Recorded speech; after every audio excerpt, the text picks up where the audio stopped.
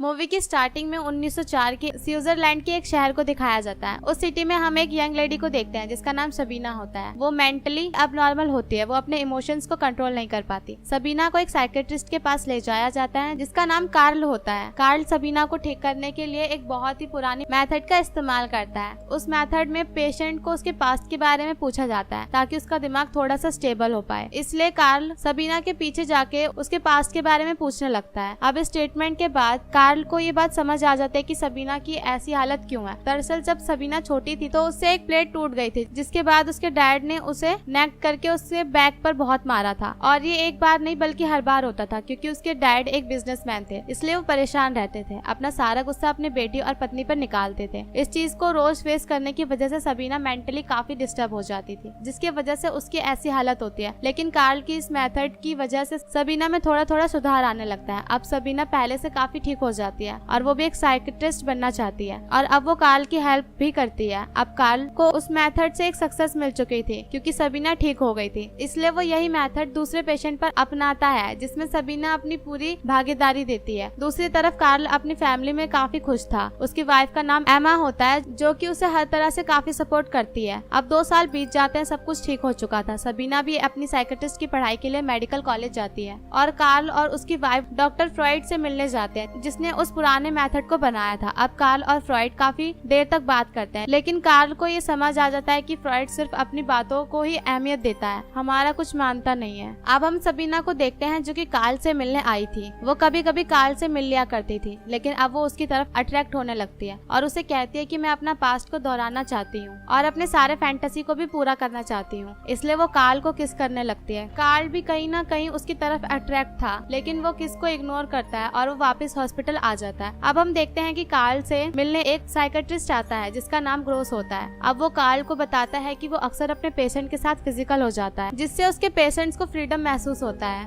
Karl अब gross को सबीना के बारे में बताता है, जिससे ग्रोस उसे कहता है कि तुम्हें भी उसके साथ फिजिकल हो जाना चाहिए। अब कार्ल इस मैटर पर काफी सोचता है और फाइनली इसके साथ फिजिकल होने का डिसाइड करता है। अब कार्ल सबीना के साथ फिजिकल हो जाता है और सबीना अपने बचपन के सभी फैंटेसी को उसके साथ एंजॉय करती है। फिजिकल होने के दौरान सबीना उसे बैक पर मारने को कहती है क्योंकि उसके फादर उसे बचपन में ऐसा ही करते थे, जिसे देख के कार्ल को ये समझ आ जाता है कि सबीना अभी भी ठीक नहीं हुई है। नेक्स्ट डे कार्ल इस बात को डॉक्टर फ्रॉइड से शेयर करता है, जिससे डॉक्टर फ्रॉइड उसे बताता है कि सबीना को ज्यादा प्रेशर झेलने की आदत हो गई है, इसलिए वो इस चीज को फैंटेसी के रूप में देखती है और उसे मजा आता है। लेकिन कार्ल उसे अपने अफेयर के बारे में बिल्कुल भी खबर नहीं लगने देता। अब कार्ल एक रिसर्च के लिए डॉक्टर फ्रॉइड से हेल्प मांगता है, लेकिन वो उसे साफ इनकार कर देता है क्योंकि उसे पता था कि कार्ल मेरी तरह बिल्कुल भी नहीं सोचता। अब कई दिन बीत जाते हैं। एक दिन डॉक्टर फ्रॉइड कार्ल से पूछता है कि क्या तुम्हारा सबीना के साथ अफेयर चल रहा है। ये सुन के कार्ल उसे साफ मना कर देता है, लेकिन डॉक्टर फ्रॉइड उसे बताता है कि मैंने कई लोगों से सुना है कि तुम्हारा सबीना के साथ अफेयर चल रहा है, और ये बात सबीना ने भी एक्सेप्ट किया है। ये बात सुन के कार्ल को बहुत गुस्सा